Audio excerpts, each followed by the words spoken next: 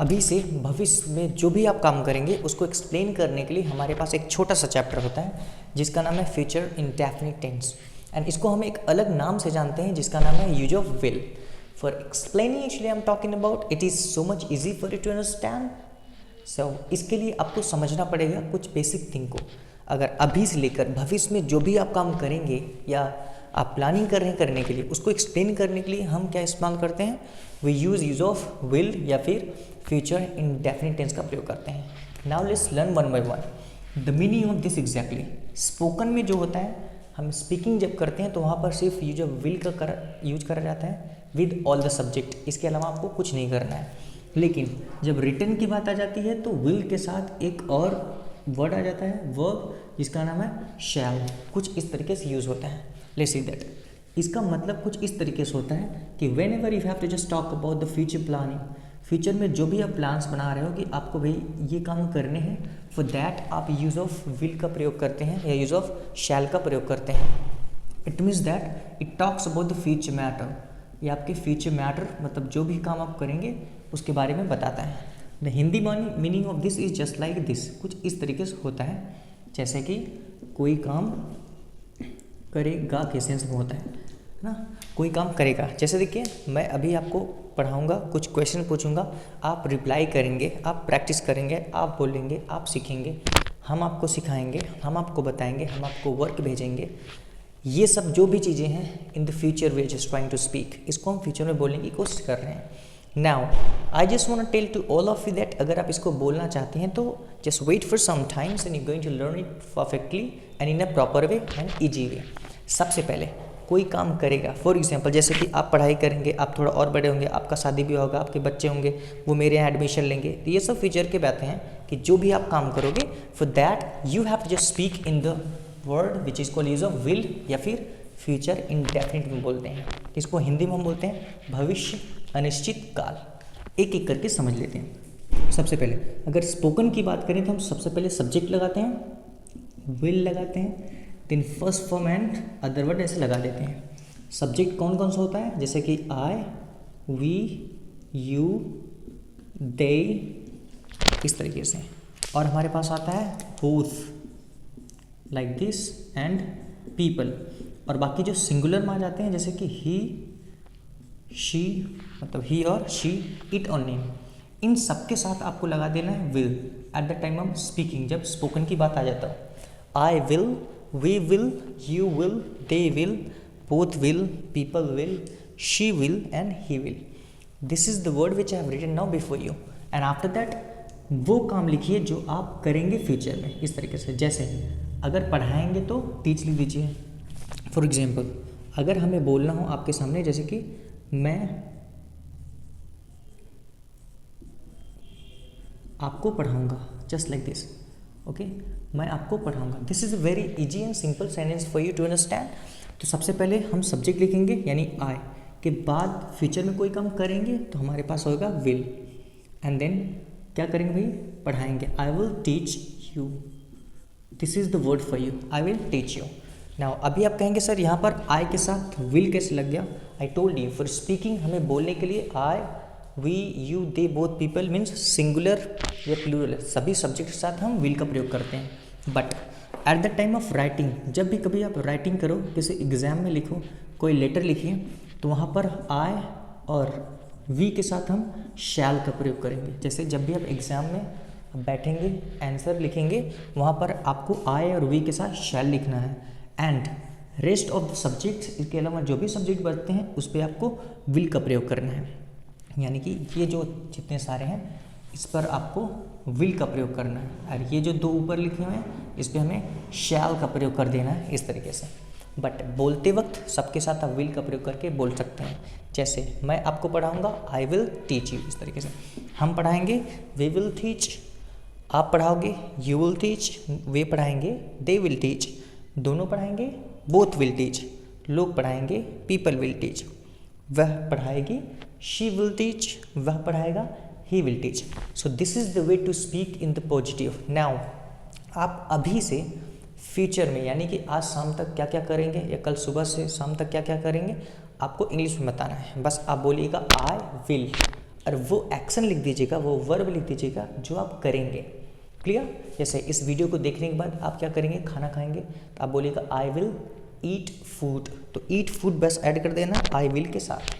Now this is the word we have telled actually. Now ये हमारे पास होता है जिसको हम बोलते हैं पॉजिटिव स्ट्रक्चर, यानी subject and after that will and first form then other word, इसको पॉजिटिव बोलते हैं। अगर आपको यही नेगेटिव में बोलना है तो सबसे पहले आप करेंगे subject and after that will and then not and then first form and then other word. ये होता है subject, will, first form, other word. ये भी वही है, बस विल के बाद में हमने यहाँ पर क्या लगा दिया, नॉट लगा दिया।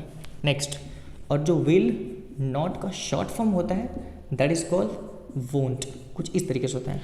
This is the short form of will not which is called won't. कभी भी आप सब टाइटल में अगर देखेंगे मूवीज़ में तो मोस्टली यही दिखाया जाता है, विल का वोंट, इस तरीके से। जैसे अगर कोई काम नहीं करेंगे, जैसे अगर हम कहते हैं मैं आपको नहीं पढ़ाऊँगा, जस्ट लाइक दिस, मैं आपको नहीं ऐसे पढ़ाऊँगा, मैं आपको नहीं पढ़ाऊँगा। फॉर दिस आप क्या करेंगे, आई, उसके बाद देखिए कोई काम करेंगे तो हम विल का प्रयोग करते हैं, विल, नहीं है तो नॉट का, आई विल नॉट, और क्या करेंगे, teach, I will not teach you, इस तरीके से। यानी जो ये सेंटेंस हमने लिख रखा है बस विल के बाद नॉट लगा दी, हो गया negative, I will not teach you.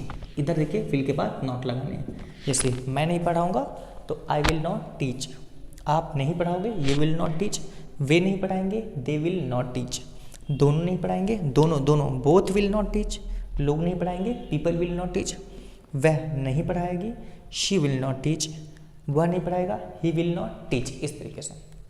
Clear? तो इस तरीके से होता है, this is called the negative sentence we have. Now आइए हम इंटेरोगेटिव को अच्छे तरीके से हम समझ लेते हैं।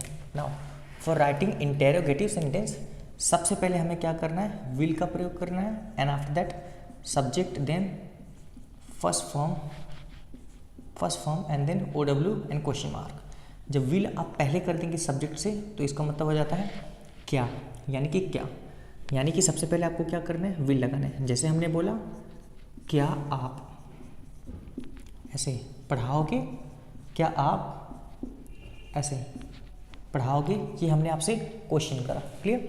यानी कि जो विल है ना, विल को हम सब्जेक्ट से कहाँ लगा देंगे, पहले लगा देंगे, ये हो गया विल। तो क्या मैं की इंग्लिश क्या होती है, विल आई, क्या हम की विल वी, क्या आप विल यू, क्या वे विल दे, क्या दोनों विल बोथ, क्या लोग विल पीपल, क्या वह विल शी, और क्या वह will he.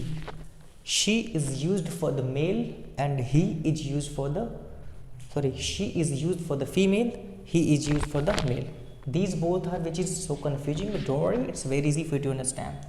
Let's see the next question देखते हैं। अगर हमें क्या से क्वेश्चन करने हैं, सबसे पहले हम विल लगाएंगे। अगर ऐसा कुछ आ जाए तो विल यू, तो हमने बोला विल यू टीच, ये क्वेश्चन हो गया। अब इसको चेंज करते जाइए और बोलते जाइए। जैसे फॉर एग्जाम्पल मैंने बोला, इधर देखिए, है ना, विल आई, क्या मैं पढ़ाऊँगा, तो विल आई टीच, क्या हम पढ़ाएंगे, विल वी टीच, क्या आप पढ़ाओगे, विल यू टीच, क्या वे पढ़ाएंगे, विल दे टीच, क्या दोनों पढ़ाएंगे, विल बोथ टीच, क्या लोग पढ़ाएंगे, विल पीपल टीच, क्या वह पढ़ाएगी, विल शी टीच, क्या वह पढ़ाएगा, विल ही टीच। इसको चेंज करिए, मीनिंग चेंज हो जाएगी, ठीक है ना।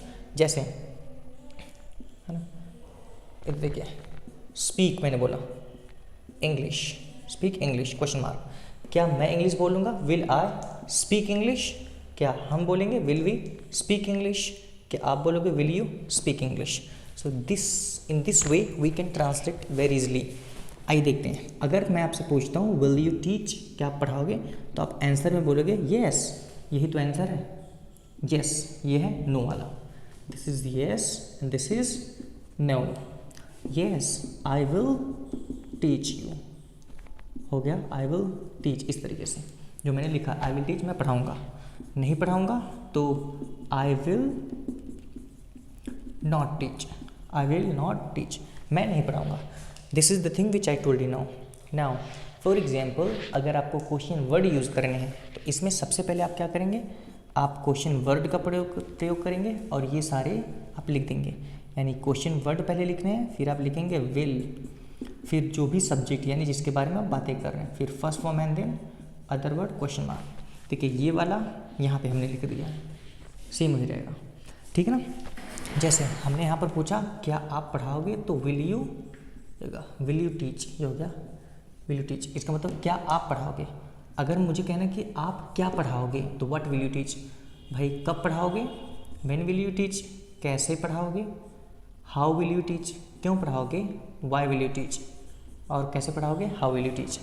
तो ये तरीका हो जाता है हमारा एक्सप्लेन करने का। इस तरीके से आप एक्सप्लेन कर सकते हो, यानी हाउ एंड व्हेन वेयर, ये हमारे पास क्वेश्चन वर्ड हो जाता है। क्लियर। आइए हम आपके सामने कुछ क्वेश्चंस देते हैं एंड आफ्टर दैट हम उसको कंप्लीट करते हैं अच्छे तरीके से। Let's see some questions. ये देखिए, ठीक है। फर्स्ट ऑफ ऑल हमारे पास एक वर्ड होता है जिसका नाम होता है सूनर और लेटर। सूनर और लेटर का मतलब होता है कभी ना कभी, कभी ना कभी, या होता है एक ना एक दिन, एक ना एक दिन, ठीक है। This is the word. तो सूनर और लेटर का मतलब होता है एक ना एक दिन या कभी ना कभी। इसको अगर हमें सेंटेंस में बताना है, जैसे कि हमने बोला कभी ना कभी, इस तरीके से कभी ना कभी आप मुझे, देखो ऐसे समझोगे। हमने बोला कि भाई कभी ना कभी आप मुझे समझोगे, तो आप समझोगे ये हमारा पॉजिटिव सेंटेंस हो जाता है। तो कभी ना कभी की इंग्लिश होती है सूनर और लेटर, ये होती है सूनर और लेटर, यानी कभी ना कभी।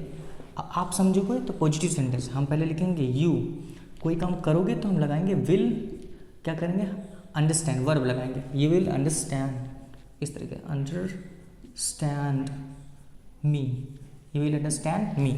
तो कभी ना कभी आप मुझे समझोगे, इसका मतलब होता है यू विल अंडरस्टैंड मी, इस तरीके से। देखो एक होता है एट एनी कॉस्ट, एक होता है एट एनी रेट, एक होता है एट एनी प्राइस, ठीक है। इसका मतलब होता है किसी भी कीमत पर, किसी भी कीमत पर, इस तरीके से। जैसे कि किसी भी कीमत पर मैं आपको नहीं पढ़ाऊंगा, तो at any cost I will not teach you, किसी भी कीमत पर मैं उससे बात नहीं करूंगा, तो at any cost I will not talk to him या हर, इस तरीके। किसी भी कीमत पर मैं आपको पैसे नहीं दूंगा, तो at any cost I will not give you money, इस तरीके से बोलते हैं एट एनी कॉस्ट। एक होता है कम वॉट में, कम वॉट में, इसका हो जाए कुछ भी हो जाए, है ना, इस तरीके से कुछ भी हो जाए, इसका मतलब होता है कुछ भी हो जाए। जैसे कुछ भी हो जाए, है ना, मैं आपको 1 रुपये नहीं दूंगा, तो कम वॉट में आई विल नॉट गिव यू ऐसे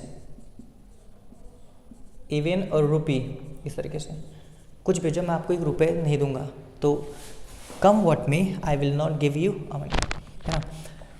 कभी न कभी मेरे करण अर्जुन आएंगे, तो सूनर और later my Karan Arjun will come, है ना, इस तरीके से। कुछ भी हो जाए बसंती इन कुत्तों के सामने नाचेगी, तो क्या बोलोगे Basanti will dance before the chief dogs, मतलब कुछ भी हो जाए, यानी कम वॉट में Basanti will dance before this chief dogs. तो ये होता है कोई काम करेंगे या करेगी की सेंस में यूज़ होता है। You can translate in a proper way, actually into English in a proper way after watching this video. So thank you very much for watching this, and आपके लिए कुछ क्वेश्चन है तो कमेंट बॉक्स में जरूर comment करिएगा।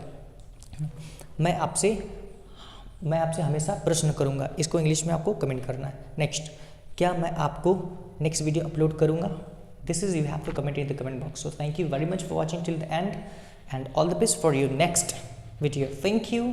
This is the 3rd video, ये हमारा था 3rd video. Thank you, all the best.